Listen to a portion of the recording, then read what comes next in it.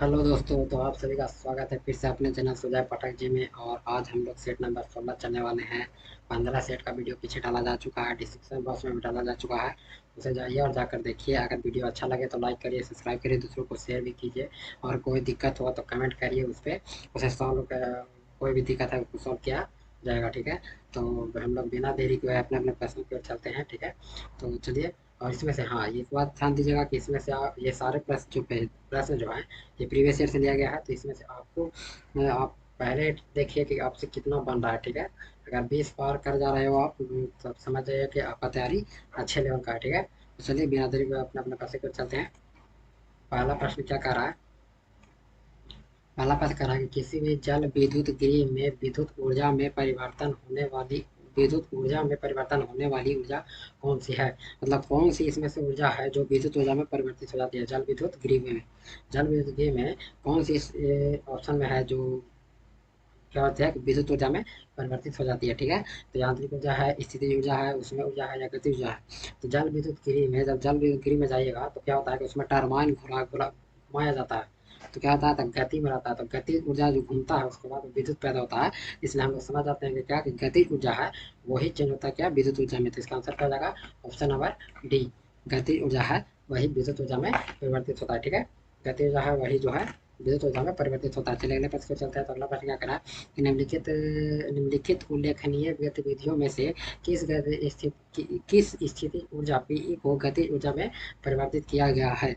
मतलब कौन सी गतिविधि है जिसमें स्थितिज ऊर्जा को गतिज ऊर्जा में परिवर्तित किया गया है? तो इसमें चलिए तो देखते हैं कौन है। तो एक पटाखे का विस्फोट होना, नहीं ये नहीं होगा। एक टॉर्च का ऑन करना, नहीं ये भी नहीं होगा। एक टॉर्च को ऑफ करना, टॉर्च ऑन करने वाला थोड़ी होगा गतिज ऊर्जा। तो ऑप्शन नंबर डी। एक पेंडुलम का घुमाना, हाँ ये भी हो सकता है, झुलना। एक पेंडुलम, जैसे मान लें कि एक पेंडुलम है ये, ठीक है। तो ये पेंडुलम तो एक बार इधर आएगा और एक बार इधर जाएगा। तो क्या हो जाता है, यहाँ पेंडुलम जाता है तो यहाँ पर लास्ट उसका क्या होता है, स्थितिज ऊर्जा आ जाता है, ठीक है। क्या होता है, यहाँ पर लास्ट स्थितिज ऊर्जा हो जाता है। और बीच में घूमता है तो ये क्या होता है, गति ऊर्जा में रहता है, ठीक है। तो स्थितिज ऊर्जा से गति ऊर्जा में कौन बदलता है? तो एक पेंडुलम का झूलना, ठीक है। चलिए आगे चलते हैं। तो अगला प्रश्न करा कि यदि कि एक वस्तु का संवेग 3 गुना कर दिया जाए तो इसकी गति ऊर्जा क्या हो जाएगी, ठीक है। तो इसका आंसर क्या हो जाएगा? मूल मान का 3 गुना हो जाएगा, या अपरिवर्तित रहेगा, या मूल मान का 9 गुना हो जाएगा, या फिर मूल मान का 6 गुना हो जाएगा, ठीक है। तो इसका आंसर क्या होगा?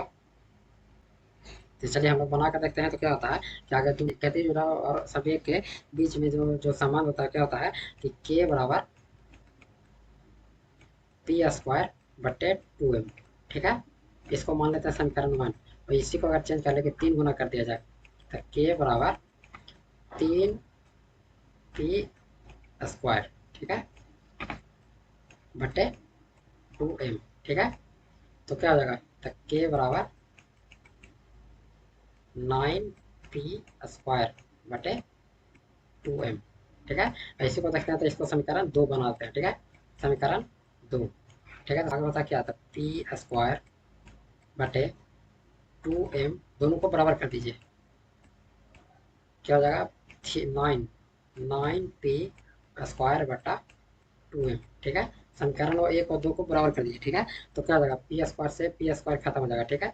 2m से 2m खत्म हो जाएगा तो कितना हो जाएगा, तो यहाँ क्या हो जाएगा, के बराबर निकलेगा ना, दोनों के बराबर। तो के बराबर मतलब काइनेटिक एनर्जी, मतलब क्या हो जाता है, गति ऊर्जा जो है वो कितना हो जाएगा, 9 गुना हो जाएगा। कितना गुना हो जाएगा, तो 9 गुना हो जाएगा, ठीक है। कितना गुना हो जाएगा, तो 9 गुना हो जाएगा। चलिए आगे चलते हैं। तो अगला प्रश्न क्या करा है, यदि एक वस्तु का वेग उसके प्रारंभिक वेग का 2 गुना होता है। क्या करा कि एक वस्तु का वेग उसके प्रारंभिक वेग का 2 गुना होता है, ठीक है। तो तब उसकी गतिज ऊर्जा उसकी प्रारंभिक गतिज ऊर्जा की एन गुनी हो जाती है। एन का मान ज्ञात कीजिए। तो सबसे पहले हम लोग देखते हैं कि के ई बराबर क्या फॉर्मूला होता है। तो के ई बराबर हाफ एम वी स्क्वायर। तो क्या कहते हैं, समीकरण एक मान लेते हैं, क्योंकि प्रारंभिक क्या करा कि एक वस्तु का उसका प्रारंभिक वेग का दोगुना होता है। तो प्रारंभिक वेग मान लिया, तो दूसरा मान रहे थे के ई बराबर हाफ एम वी स्क्वायर। तो क्या करा कि उसका प्रारंभिक वेग का दोगुना हो जाता है, तो जो वी स्क्वायर है वो क्या हो जाता है, दोगुना हो जाएगा, ठीक है। तो क्या करेंगे, 2v के होल स्क्वायर हो जाएगा, 2v का होल स्क्वायर, ठीक है। तो उसके बाद जब तू तब इसकी गतिज ऊर्जा इसके प्रारंभिक गतिज ऊर्जा की इन गुनी हो जाएगी, तो प्रारंभिक गतिज ऊर्जा हो रहेगी और ये क्या हो जाएगी, एन गुनी हो जाएगी। ठीक है, क्या हो जाएगी, एन गुनी हो जाएगी। ठीक है, तो चलिए हम लोग इसे बनाते हैं। तो क्या करा है, एन की बराबर हाफ एम तो दोनों का 4 वी स्क्वायर, फिर एन के बराबर 4 आगे ले आते हैं, उसके बाद लिखते हैं 1/2 एम वी स्क्वायर। ठीक है, तो ऐसे भी लिख सकते हैं कि हाफ एम वी स्क्वायर, यहाँ गुना में करेंगे 4 को। ठीक है, इसको काटना नहीं। यहाँ देखिए कि 4 एम वी स्क्वायर क्या है, तो यहाँ दिया हुआ है, sorry half M V square क्या दिया हुआ है, तो यहाँ के बराबर फॉर्मूला है के हुआ। ठीक है,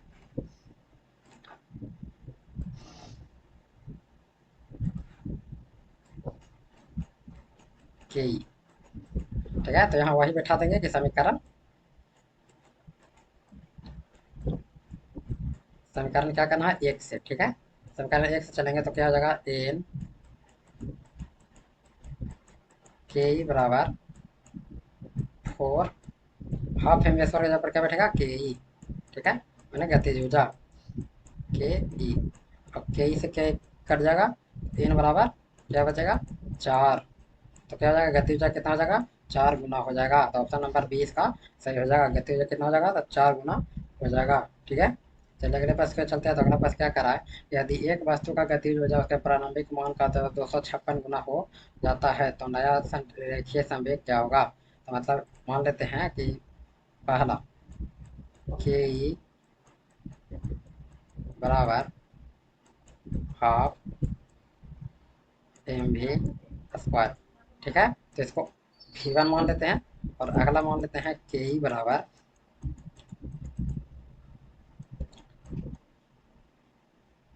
हाफ एम वी टू के स्क्वायर इंटू में कितना हो जाएगा, 256 गुना, कितना हो जाता है, 256 गुना हो जाता है। ठीक है,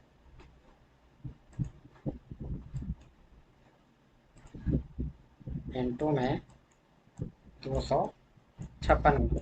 ठीक है, क्या हो जाएगा, 256 गुना।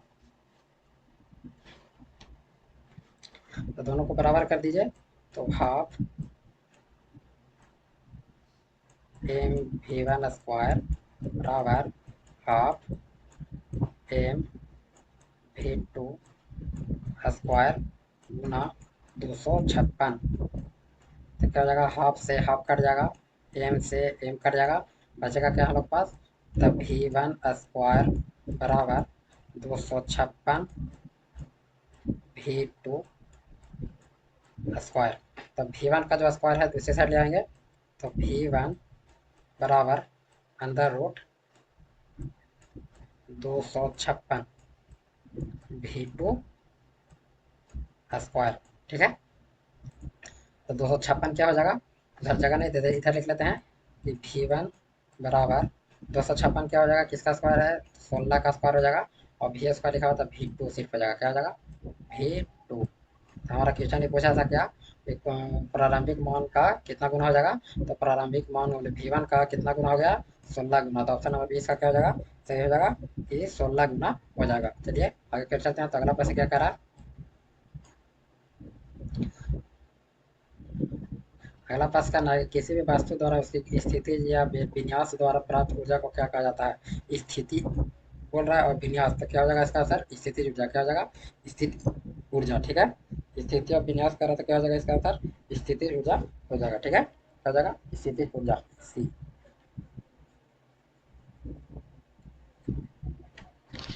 चलिए तो हम लोग अगले प्रश्न पे चलते हैं। तो अगला प्रश्न क्या करा, द्रव्यमान एम वाली एक वस्तु, द्रव्यमान एम वाली एक वस्तु की गति भी के साथ स्थानांतरित होती है। ठीक है, भी के साथ स्थानांतरित होती है, और इसमें गतिज ऊर्जा के है। यदि इसका वेग दुगना कर दिया जाए तो इसका गतिज ऊर्जा कितना हो जाएगा। ठीक है, गतिज ऊर्जा कितना हो जाएगा ये पूछा। तो हम लोग देखते हैं, तो बोल रहा है के बराबर हाफ एम वी स्क्वायर। ठीक है, क्या हो जाएगा, के बराबर हाफ एम वी स्क्वायर। प्रश्न में जो प्रश्न के अनुसार अगर चलते हैं, तो प्रश्न के अनुसार हम क्या करा कि जब वस्तु की गति दोगुनी हो जाती है तो हम लोग गति आगे दोगुनी करेंगे, तो के ई बराबर हाफ एम भी जो है दोगुनी हो जाती है तो 2 भी का स्क्वायर। ठीक है, दोगुनी हो जाती है तो गति ऊर्जा के हो जाता है, क्या होता है गति ऊर्जा के हो जाता है। सॉल्व करेंगे तो गति ऊर्जा क्या हो जाएगा के। तो गति ऊर्जा के मान लें यहाँ पर, ये देख गति ऊर्जा क्या हो जाएगा के बराबर हाफ एम भी क्या है तो 4 v² ठीक है, इसको स्क्वायर करेंगे तो क्या हो जाएगा 4 v²। ठीक है, चलिए यहाँ लिख देते हैं। तो के बराबर, देखिए 4 को अगर आगे ले आते हैं गुना में हाफ एम v², फिर वहीं वैसे देखेंगे के बराबर 4 यहाँ क्या करा हाफ mv², के बराबर क्या हो जाएगा हाफ mv², तो यहाँ क्या हो जाएगा के। ठीक है, क्या हो जाएगा के, तो के बराबर 4 के। ठीक है, के बराबर क्या हो जाएगा 4 के, तो 4 के का आंसर है ऑप्शन नंबर सी में हो जाएगा। ठीक है, गति ऊर्जा कितना हो जाएगा 4 के हो जाएगा। चलिए आगे चलते हैं। तो अगला प्रश्न क्या कर रहा है, 5 किलोग्राम और 10 किलोग्राम द्रव्यमान की दो इस्पात की गेंदों की गतिज ऊर्जाएं समान है। ठीक है, तो दोनों का गति ऊर्जा क्या कर रहा है समान है। चलिए यहाँ पर बैठाते हैं। तो हाफ, तो कितना तो आया एम का मान 5 गुना v² बराबर क्या कर रहा है, क्योंकि समान बोल रहा है तो दोनों को समान करेंगे, तो दोनों का गतिज ऊर्जा समान करेंगे। तो हाफ, सॉरी एम एम नहीं, एम की जगह पर क्या होगा 10 गुना v² ठीक है, तो यहाँ हाफ से हाफ क्या हो जाएगा कट जाएगा, तो बचेगा क्या 5 v² बराबर 10 v² तो यहाँ करेंगे v² बटा v² क्योंकि v² इधर है तो इधर आ जाएगा, तो क्या हो जाएगा भागा में बराबर 10 जो करते हो, और इधर 5 इधर है तो दूसरे साइड जाएगा तो क्या हो जाएगा भागा में। इसको काट दीजिए 5 दूनों का 10। ठीक है, तो क्या हो जाएगा v² बराबर v² बराबर 2/8, सॉरी 2 क्या हो जाएगा, यहाँ तो कट ना गया 5 8 नहीं 0 1 हो जाएगा, नीचे पर 8 जैसा लग रहा है इसके चलते।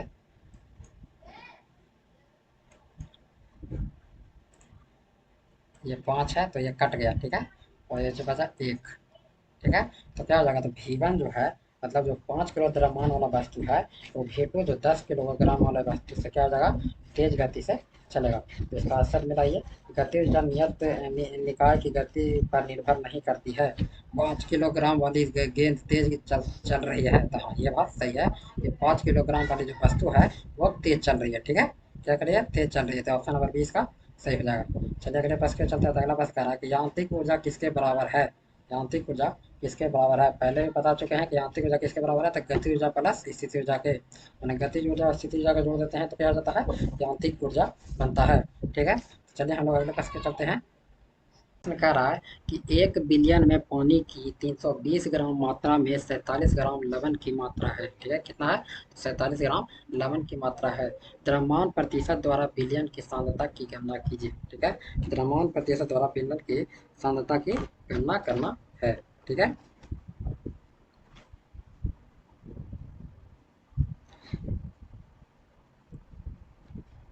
तो इसका क्या कहते हैं, ये क्या क्या दिया हुआ है वो आगे लिख लेते हैं। ठीक है, तो विलयन में पानी की मात्रा कितना है, तो वाटर की मात्रा कितना हो जाएगा 320 ग्राम, क्या हो जाएगा 320 ग्राम। उसके बाद क्या रखा विलायक की मात्रा कितना है, जो मैंने घुलने वाला चीज़ है, लवण की मात्रा कितना हो जाएगा, तो ये लवण का मात्रा हो जाएगा 47 ग्राम। ठीक है, हम लोग को निकालना कुछ है विलयन में द्रव्यमान का प्रतिशत। ठीक है, तो द्रव्यमान का प्रतिशत निकालिए। तो पहले लिखे विलायक, विलायक कितना है, तो विलायक आपका हो गया 47। ठीक है, बट्टा में फिर क्या है, अब विलायक प्लस विलियन मैंने दोनों को जोड़ दीजिए, विलायक प्लस विलियन दोनों को जोड़ दीजिए तो कितना हो जाएगा, तो 7 4 2 6 3 367, क्या हो जाएगा 367 गुना में 100, क्या हो जाएगा 100, तो हमारा प्रतिशत निकल जाएगा। ठीक है, तो इससे हम लोग निकालेंगे प्रतिशत, तो कितना निकलेगा, तो सॉल्व करने के बाद आता है कितना 12.80%। क्या हो जाएगा? 12.80%। आप लोग इसको अपने से निकाल लीजिएगा, ठीक है। तो कितना हो जाएगा? 12.8%। ठीक है। चलिए अगले के पास क्यों चलते हैं। तो अगला प्रश्न क्या करा? अगला प्रश्न कह रहा है कि एक द्रव्य जिसमें 49 ग्राम साधारण नमक को 320 ग्राम पानी में घोला जाता है। तो सेम टू सेम वही चीज दिया हुआ है, सेम टू सेम वही चीज दिया हुआ है। तो द्रव्य के द्रव्यमान प्रतिशत द्वारा द्रव्यमान के संदर्भ में संयोजकता की गणना कीजिए। संयोजकता की गणना करना है तो कितना प्रतिशत वही बताना है, ठीक है। तो कितना हो जाएगा कि जो कुल द्रव्यमान अगर निकाल लेते हैं तो 320 प्लस 49 को जोड़ देते हैं तो कितना होगा? 320 प्लस 49 जोड़ देने के बाद कितना आएगा? तो 9 4 2 6 3 369 ग्राम हो जाएगा, ठीक है। तो चलिए प्रतिशत निकालते हैं। तो प्रतिशत में क्या होगा कि विलय का द्रव्यमान कितना हो गया? तो विलय का द्रव्यमान दिया हुआ कितना? 49%, सॉरी 49 ग्राम। घटना में कर देंगे। कुल द्रव्यमान कितना है?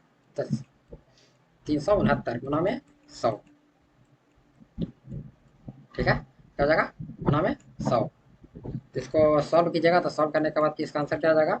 लगभग 13.28%। सॉल्व कर लीजिएगा, ठीक है। तो आंसर क्या आ जाएगा? 13.28% आ जाएगा, ठीक है। तो 13.28% कितना आ जाएगा? ऑप्शन नंबर डी 13.28% आ जाएगा, ठीक है। सॉल्व करने के बाद काट टूट के पूरा सॉल्व कर लीजिएगा, ठीक है।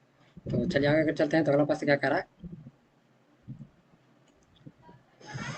वैसा ही प्रश्न है, ठीक है।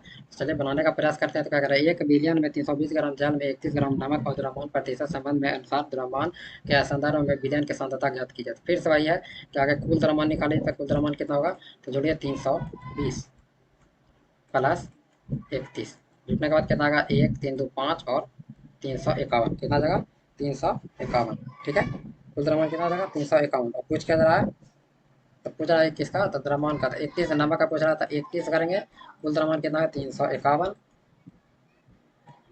गुना में फिर से 100 कर देंगे। सेम टू सेम वैसे ही चलेंगे। तो इसको भी आप सॉल्व करिएगा तो कितना आएगा? इसका 8.83%। क्या आ जाएगा? 8.83%। ऑप्शन नंबर इसका सही हो जाएगा, ठीक है। 8.83% सॉल्व करने के बाद आ जाएगा।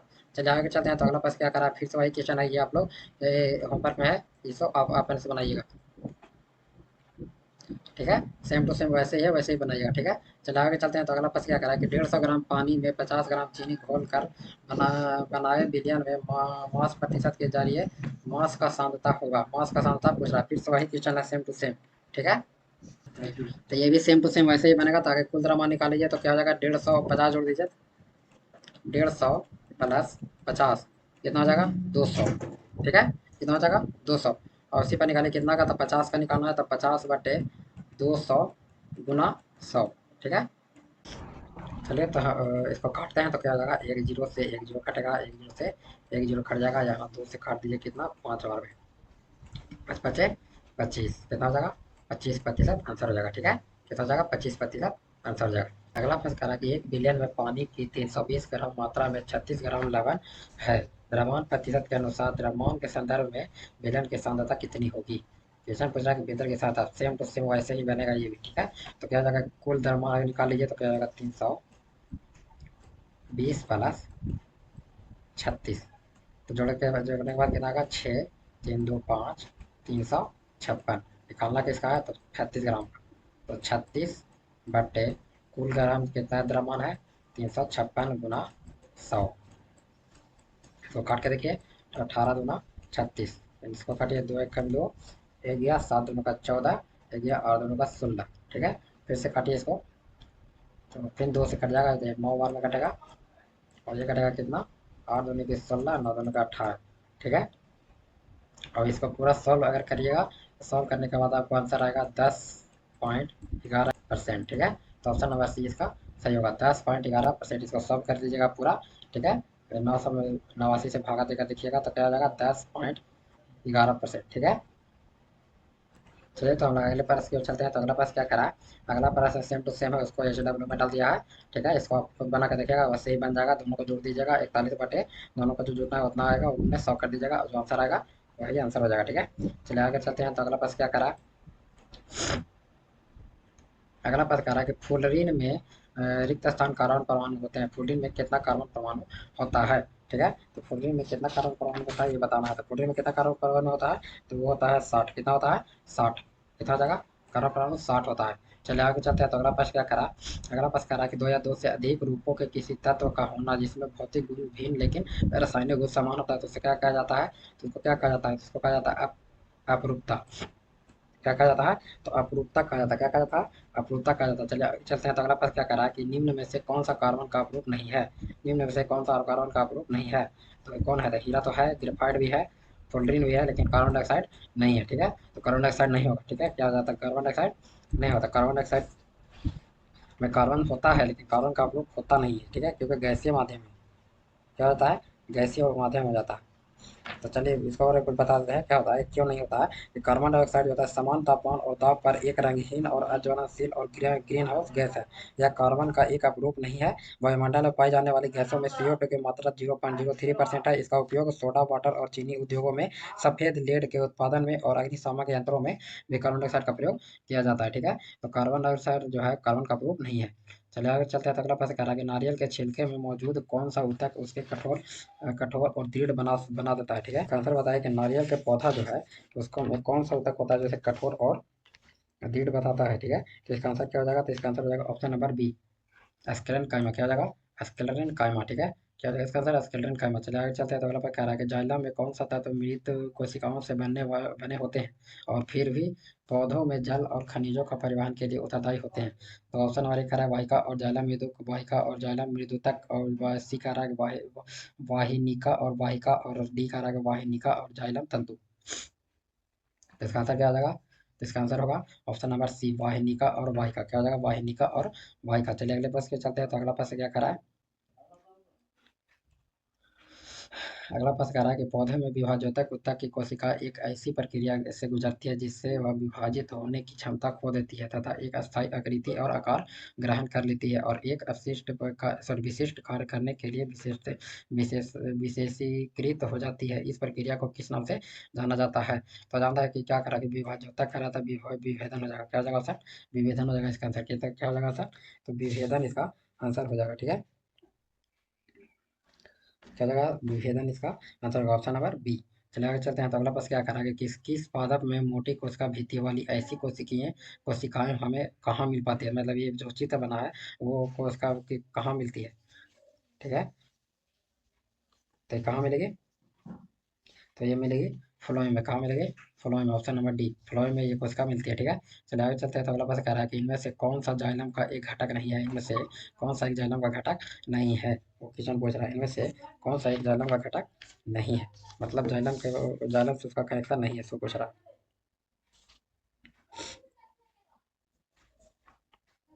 तो इसका आंसर क्या हो जाएगा, तो इसका आंसर होगा ऑप्शन नंबर सी, सहचर कोशिकीय। ठीक है, वाहिका होता है, वाहिनिका भी होता है और मृदुत भी होता है, लेकिन सहचर कोशिका नहीं होता। ठीक है, क्या नहीं होता, सहचर कोशिका नहीं होता है। ठीक है, चलिए आगे चलते हैं। तो अगला प्रश्न क्या करा है, अगला प्रश्न करा है भोजन के संग्रह के लिए जाइलम की कौन सी कोशिकाएं उत्तरदायी है। तो जब भोजन की संग्रह के लिए जाइलम की कौन सी कोशिका उत्तरदायी है, क्वेश्चन पूछ रहा था कौन सी जगह, जाइलम तंतु, वाहिका, वाहिनिका या पैरेनकाइमा। तो क्या कर रहा है कि भोजन की संग्रह, तो भोजन की संग्रह किसमें होता है, तो पैरेनकाइमा में होता है। किसमें होता है, तो पैरेनकाइमा में होता है। भोजन की संग्रह किसमें होता है, तो पैरेनकाइमा में होता है। ठीक है, कठोर कौन होता है, तो स्क्लेरेनकाइमा होता है। कौन होता है, कठोर वाला को जो हम लोग बताए थे पहले कि नारियल का जो था वो कठोर कैसे होता है अक्रेदिर, तो स्केलरन काइमा से करा। चलिए आगे चलते हैं। तो अगला प्रश्न क्या करा कि पादप उत्सर्जन, पादप में उत्सर्जन की प्रक्रिया के संबंध में इनमें से कौन सी कथन गलत है, इनमें से कथन गलत बताना है। तो अपशिष्ट उत्पाद पुराने जाइलम में राल या रेजिन के गोंद के रूप में संचित होते हैं, तो ये तो सही है। प्रकाश संश्लेषण के लिए अपशिष्ट उत्पाद स्टार्च के रूप में संचित होता है, अपशिष्ट उत्पाद स्टार्च के रूप में संचित नहीं होता है, ये गलत हो जाएगा। ठीक है, क्या हो जाएगा, ऑप्शन नंबर बी गलत हो जाएगा। तो हमारा आंसर यही हो जाएगा। ठीक है, तो क्या होगा, गलत के जब हो जाता है वही गलत है, और क्या हो जाएगा बी। चलिए आगे चलते हैं। तो अगला प्रश्न क्या करा है, अगला प्रश्न कह रहा है कि निम्न में से कौन सी पशु उत्तक प्रकार का नहीं है। ठीक है, निम्न में से कौन सा ऐसा उत्तक है जो पशु उत्तक प्रकार का नहीं है। ठीक है, कौन सा नहीं है, तो हो जाएगा ऑप्शन नंबर ए, मेरिस्मेटिक उत्तक। क्या हो जाएगा, मेरिस्मेटिक उत्तक, क्योंकि ऐसे उत्तक हम लोग में पाया जाता है जिसे हम लोग चल फिर चलते हैं, त्वचा में वो मिलते रहा, और संयोगी उत्तक होता है जैसे बोन और रक्त में। ठीक है, तो ऑप्शन नंबर क्या हो जाएगा, ऑप्शन नंबर ए हो जाएगा मेरिस्मेटिक उत्तक। ठीक है, जो जहाँ पे उत्तक नहीं है। तो मैथमेटिक हो जाता है। मैथमेटिक ऊतक पौधे में पाया जाता है। यह पादप ऊतक का एक प्रकार है। पादप ऊतक मुख्यतः दो प्रकार का होता है, विभाज्य ऊतक और अस्थायी ऊतक। ठीक है, चलिए आगे चलते हैं। तो अगला प्रश्न क्या कह रहा है? अगला प्रश्न कह रहा है कि 26 नंबर, मेदोतक और स्थूल उत्तक ऊतकों का प्रकार है। मेदोतक और स्थूल उत्तक जो है वो किस उत्तक का प्रकार है ये बता रहा है। तो इसका आंसर क्या हो जाएगा? तो ये हो जाएगा सरल अस्थायी उत्तक। क्या हो जाएगा? मेदोतक और स्थूल उत्तक जो है वो सरल अस्थायी उत्तक है। ठीक है, चलिए आगे चलते हैं। तो अगला प्रश्न और आज के लिए लास्ट प्रश्न है, ये पौधे का कौन सा हिस्सा पानी और खनिज के परिवहन को सक्षम करता है? तो ये आप बताइएगा कि पौधे का कौन सा हिस्सा है जो पानी और खनिज का परिवहन का सक्षम करता है। तो इसको क्या हो जाएगा? HW में, या फिर कमेंट आप करिएगा इसका आंसर। इसका आंसर क्या हो जाएगा? ठीक है, तो आज के लिए बस इतना ही। पढ़ते रहिए पढ़ते रहिए। अगर कोई भी दिक्कत हो तो कमेंट करिए, और अगर अच्छा लगा वीडियो तो लाइक करिए, सब्सक्राइब करिए, दोनों को दूसरों को शेयर भी कीजिए। ठीक है, धन्यवाद।